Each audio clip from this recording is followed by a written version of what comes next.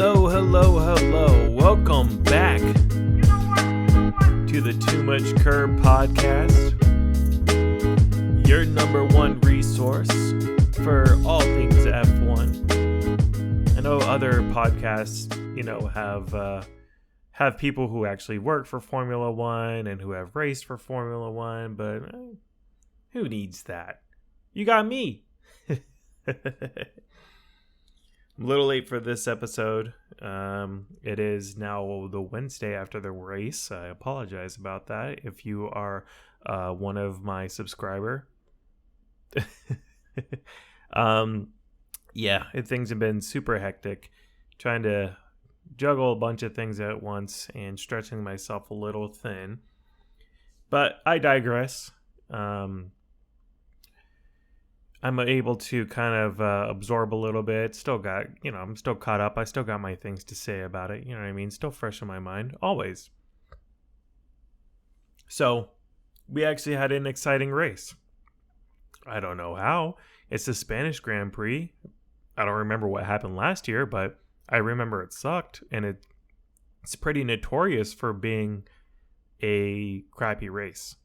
The racing wasn't amazing. It wasn't the racing wasn't like, wheel to wheel or anything like that, but there's not many tracks that they do have that. I feel like every time a new track is unveiled or somebody talks about a track, they talk about how the racing sucks there. It's just the reality that we live in these days. But Barcelona, Sochi, Monaco, these are tracks that usually have the worst of the worst, and Monaco has its reasons, and we'll talk about Monaco a little bit at the end here because that is the next race. And I said it was going to be a triple header of shitty races. But for this one, I am incorrect. A lot of people didn't like the race because ultimately it did go to Hamilton, Verstappen, and Bottas. And I know that literally the last episode was literally titled Ham Verbot. So, but that doesn't really say the full story, does it? There's a lot more than that. It wasn't just Hamilton being like 20 seconds ahead of Verstappen, who is 10 seconds ahead of Bottas. It wasn't that, at all. It was a lot spicier than that. Just when Red Bull was looking great, after Max passed Lewis at the beginning, Lewis is having trouble passing Verstappen. He closed the gap and then he had problems passing Verstappen. And then no one saw this coming, but he pitted. It was a surprise pit. And we're like, oh, snap. I think a lot of us thought that Red Bull was going to pit right after, but nope.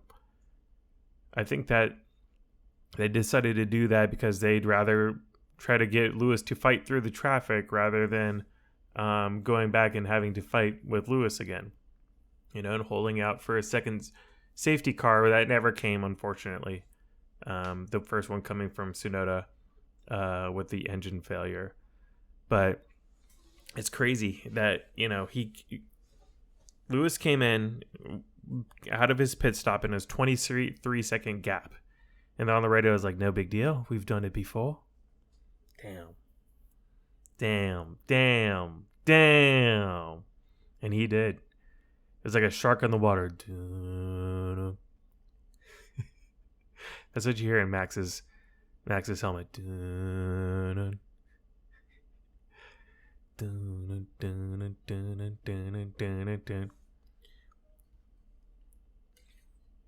bad is it wasn't Bottas.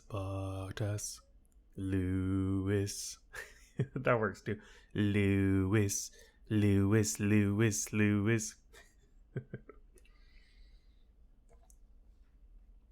But yeah, he got in the car. We all heard the radio. They were saying, we've done it before.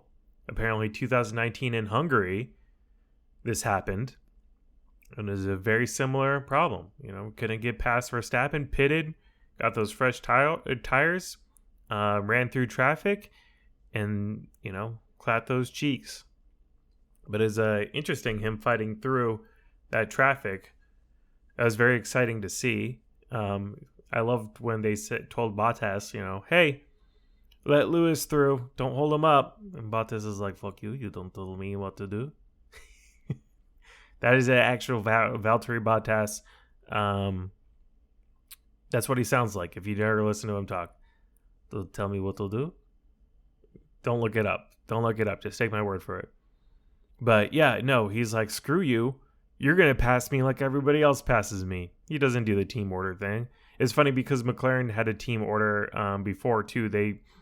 Norris was Ricardo was behind Norris, and they said, hey, he's fighting with Sainz here, let him catch up and shit. And it was night and day. Somebody was trying to say that Bottas followed orders. Like, no, that's not how you do it. That's not how it's usually done.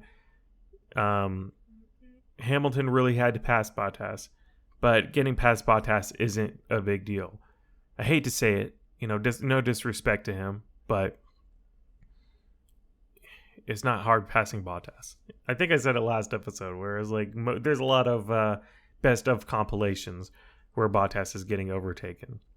Now, Mercedes, why were they able to do that? Why were they able to just pit real quick, really with no consequence? Let me tell you why. The reason why is because there is no second Red Bull driver to help defend. You see, I think the order was, it was Verstappen, then Lewis. They were duking it out. Bottas was, I don't know if he was in third yet, because he was having quite some trouble, having quite a bit of trouble passing Leclerc. But it was either Bottas or Leclerc. Big old gap there, and then it was Ricardo and Perez. Perez spent the vast majority of the race trying to get Ricardo, and that's where that gap formed, where Mercedes were able to get a pit stop and come in that fourth position to fight back through the field. So it's not really fighting through the field. You're fighting through a bunch of blue flags, or the back marker drivers, which was actually really funny seeing. It was really cool seeing Toto Wolff talk to Michael Massey over the radio. So it was like, blue flag, and make us lose the race. Which I don't even think it was that bad. I for as much crap as we can give Mazepin, I don't think that that was one of those things to give him crap about. But yeah, so it's interesting situation that Red Bull is in. This is, people were talking about Hungary in 2019. Someone pointed out that it was after the race in Hungary where Gasly ultimately lost his seat. It wasn't the reason. There was several reasons why Gasly lost his seat, but that was ultimately the race that it happened after. That was their last straw. So that's where Gasly ultimately lost his seat. So let's talk about this second Red Bull seat. So the whole thing with Red Bull is they've been struggling. They've been struggling with that second seat ever since Daniel left after 2018. First, they filled it in with Gasly. Gasly wasn't performing. They replaced him mid-season with Albon, who finished out the season and did the entire 2020 season. And he's been let go and replaced with Perez. And Perez, in my opinion, he's doing absolutely fine. He's doing fine. The only problem is Red Bull doesn't want you to do fine. Red Bull wants you to be amazing. And I think that Red Bull has also set precedent that they want these drivers to be amazing. You know what I mean? I think that that Red Bull being so critical of their second driver has caused fans to also be incredibly critical of their second driver. Perez is finishing, top 10 all of his races so far. I don't think he's finished outside the points yet, but he's ultimately been performing well, and fans are still talking about who's going to replace him. Meanwhile, you have Alonso, who's a two-time world champion, who's getting beaten by Ocon, but nobody's in their right mind is talking about who's going to replace. There's no conversation on who's being going to replace. Gosh, why do I want to say Sergio Perez? Probably because we're talking about Sergio Perez. Alonso. Right? Okay. Oh my God, I almost called him Sebastian Alonso. It's been a long week, guys. It's been a really long week. Fernando Alonso. Nobody's really talking about that. That is a precedent that Red Bull has set for themselves. And I guarantee if Yuki was having a better time so far, people would be saying, "Oh, I can't wait to see Yuki in that second seat already." This is the fourth race. We're 4 races in on a 23 race calendar, I believe. So, yeah, and I've brought it up before. I brought it up with my several times before that what Red Bull wants is another Bottas. It's really interesting the amount of crap that Bottas gets, but teams would kill to have a driver like that. A number 2 driver like Bottas, oh my God. That would make all of Red Bull's problems go away. It's someone who's not challenging your best driver most of the time, but it's still making problems for your closest rival. So Max can't do what Hamilton did. Max can't pit and be okay. No, that's not how this works. Bottas is never far away. He's the rhythm guitarist, but he's keeping on beat. Messes up a couple times, but he's keeping it going. Perez is still learning the guitar. It's made of a different material than his old one was. Yeah, yeah, and people say, you want another Bottas, but like I said before, Bottas also took an incredibly long time to get past Leclerc. You have 2 number 2 drivers in Bottas and Perez who are trying to pass other great drivers like Leclerc and Ricciardo, who are both very good at defending. I think that Perez is very good at overtaking. Bottas not so much. But I think that Red Bull ultimately need another number 1 driver in that seat. I think that Leclerc and Ricciardo are 2 kinds of drivers that they want in that seat. But there's no number 1 driver who wants that position. That's why Ricciardo bowed out. If you're on a team and your ultimate goal is to be the world champion, and you have a team who's very vocal about the fact that they're trying to make Max the world champion, is like, why would you stay there? And Red Bull has shown time and time again that it's an incredibly toxic environment. It's not the best place for drivers. Like, you can't really point at Albon right now because Albon is driving another series and he's their backup driver still. But Gasly is doing fantastic. Minus this race, but he's doing, for the most part, fantastic. Him winning a race is ultimate attrition, I think. And you look at other former Red Bull drivers, not Sebastian Vettel, but Sainz and Ricciardo, they're both doing great, But yeah, we'll have to see where everything unfolds. There's even people saying that maybe after next year, Bottas will fill in that second Red Bull seat, which again is still way too early. We don't know if Bottas is going to lose that seat. There's literally no reason for Mercedes to replace Bottas rather than bringing in the next round of talent into Mercedes. That could be Russell. Could be Ocon. It could be Antonio Giovinazzi. You never know. Side note, I'm gutted for Giovinazzi. He qualified, I think, 14th. And good on his mechanic to catch that puncture in the tire. But God, that really freaking sucked. He ended up with like a 30-second pit stop. He still finished okay. I think he still finished 13th, I believe. Let me see here. It's not going to be like last week where I actually had to search it. Oh, he finished 15th. Yeah, so ultimately it did damage his race. It's funny because he pitted during the safety car, and he was several seconds behind everybody. Within a few seconds, he already caught Mazepin as soon as the race started. I thought that was really funny. But yeah, other things that happened in the race, not so much the race, but just in general.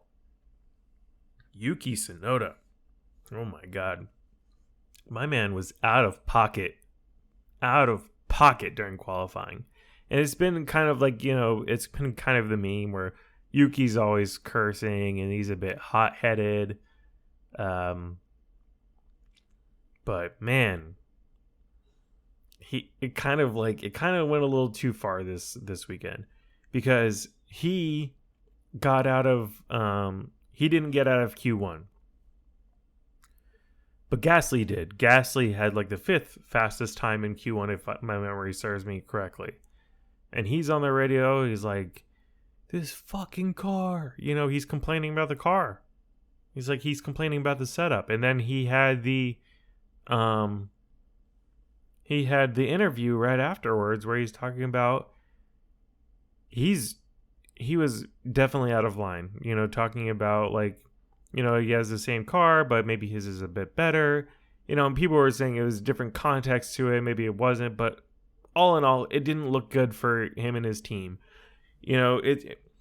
People forget that Formula One is a team sport. You know what I mean? Ultimately, it is a team sport. That's why it's not a spec series.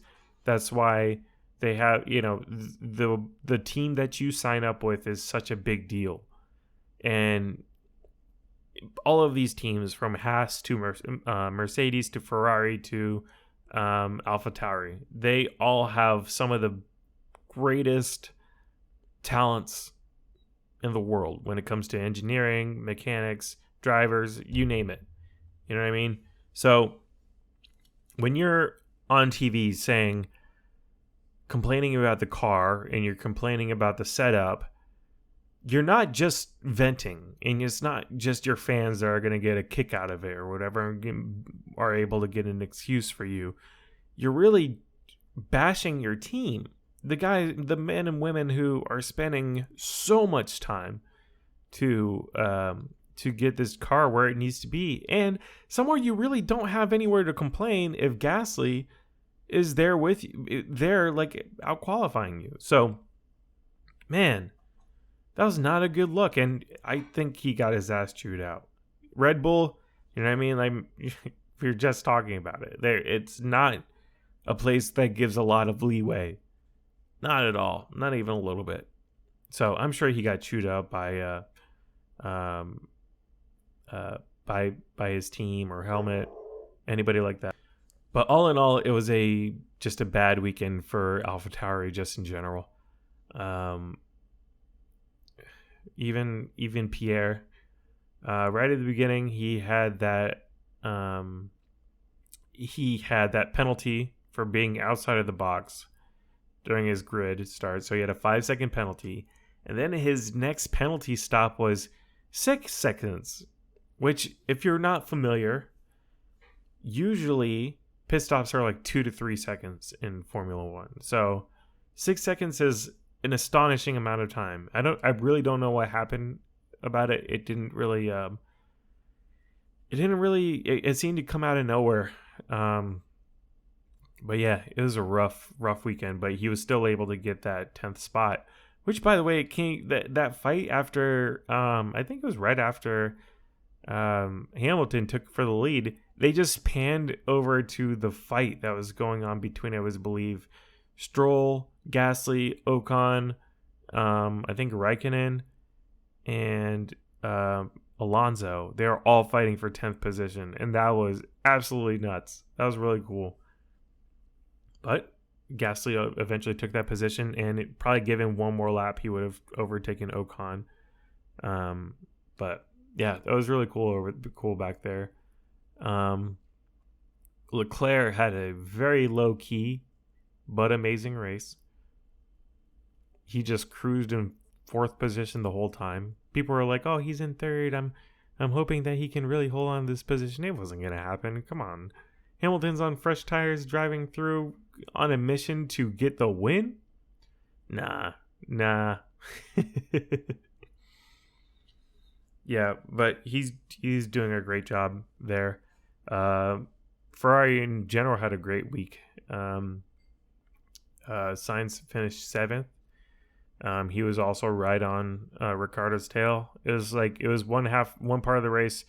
Daniel, for the most part, kept Sergio Perez behind. Which, by the way, I didn't bring up but that when Sergio passed Ricciardo, that was a great overtake on the outside. Whew, that was great. But yeah, he held off Sainz for the rest of the race too. Norris finishing 8th. McLaren had a great weekend too. I think Daniel's getting feeling the car a bit more. I figured this might be the race to do it since they're so much more familiar with it. Imola and the Portuguese Grand Prix, those are very much punishing tracks, where the Spanish Grand Prix isn't so much, and they've done so much previous testing here. Drivers know it really like the back of their hands. But yeah, it's good between Ferrari and McLaren. It's gonna be quite the fight. But what else happened this weekend? Vettel didn't score a point yet. I saw a report that said only 13 drivers have scored a point this season, and the only season that has less than that is 12 back in 2004. Seems crazy to me. Seems pretty nuts that this is the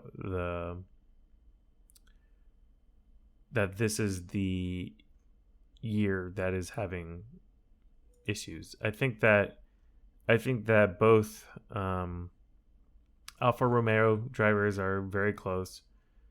Gio and Raikkonen should be both getting points very soon. I'm not really worried about them. They just have some shit luck, especially Gio with this past weekend. Raikkonen, I think he finished 10th last race, but he got some sort of penalty. I wasn't sure why. I hadn't really looked into it. Vettel will get his point, obviously. I mean, most of these drivers are going to get their points. The ones that haven't gotten one yet. Nobody's going to think that Sebastian Vettel is gonna finish in the back there with George and Nicholas Latifi, But who knows? Do you think the Haas guys are going to get any? Mick Schumacher, man, he's kind of low key, like winning everybody's hearts. Somebody described him as being a golden retriever, and also his engineer is really nice too. So it's like a one golden retriever leading another one. He seems like a really nice kid, Yeah, he seems like a really nice kid, nice guy. Impossible not to like. And then there's Mazepin on the other side of the garage. Latifi, he's had a rough couple races. I don't know if him or Russell are going to get a point this year. Kind of low-key want Latifi to get one first, though. Or just get the only point this season. That would be quite something. But anyway, I think that's really all I have to talk about this week. I think. Great race. It was a lot of fun.